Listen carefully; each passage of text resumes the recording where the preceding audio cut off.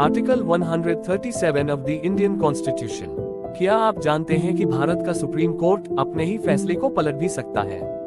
जी हाँ, लेकिन सिर्फ खास परिस्थितियों में। आज हम बात करेंगे article 137 of the Indian constitution की, जो न्याय और न्यायिक जवाबदेही का एक अहम आधार है। Introduction to article 137। भारतीय संविधान का आर्टिकल 137 सुप्रीम कोर्ट को एक अनोखी शक्ति देता है अपने द्वारा दिए गए किसी भी जजमेंट या ऑर्डर की समीक्षा रिव्यू करने की। लेकिन ये कोई साधारण अपील नहीं है, बल्कि एक सीमित और रेयर पावर है, जिसका इस्तेमाल सिर्फ तब किया जाता है जब न्याय में कोई गंभीर त्रुटि ग्रेव एरर हो गई हो। इंटरप्रिटेशन। आइए इसकी व्याख्या इंटरप्रिटेशन समझते हैं।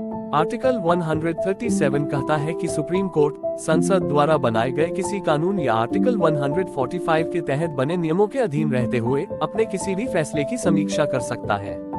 इसका मतलब है कि कोर्ट खुद मानता है, हम भी इंसान हैं, गलती हो सकती है और अगर हुई है तो हम उसे सुधारेंगे। पर्पस। अब इसका उद्देश्य पर्पस देखें। 1. न्याय में त्रुटि सुधार, करेक्शन ऑफ एरर्स, अगर फैसले में कोई अपैरेंट एरर हो। 2. न्यायिक जवाबदेही, जुडिशियल अकाउंटेबिलिटी, अपनी क्रेडिबिलिटी बनाए रखना। 3.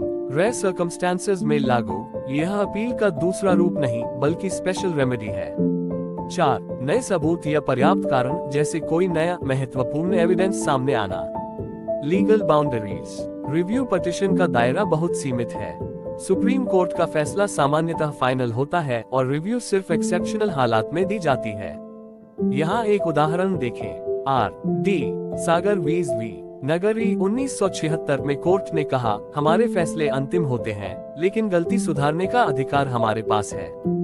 Related petitions. रिव्यू पिटिशन के बाद अगर फिर भी न्याय न मिले तो क्यूरेटिव पिटिशन दायर की जा सकती है, जो न्याय पाने का अंतिम दरवाजा है।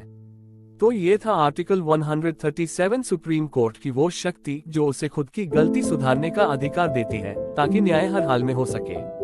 याद रखिए, न्याय में देर हो सकती है, लेकिन सही प्रक्रिया से कभी अंधकार में नहीं रहता।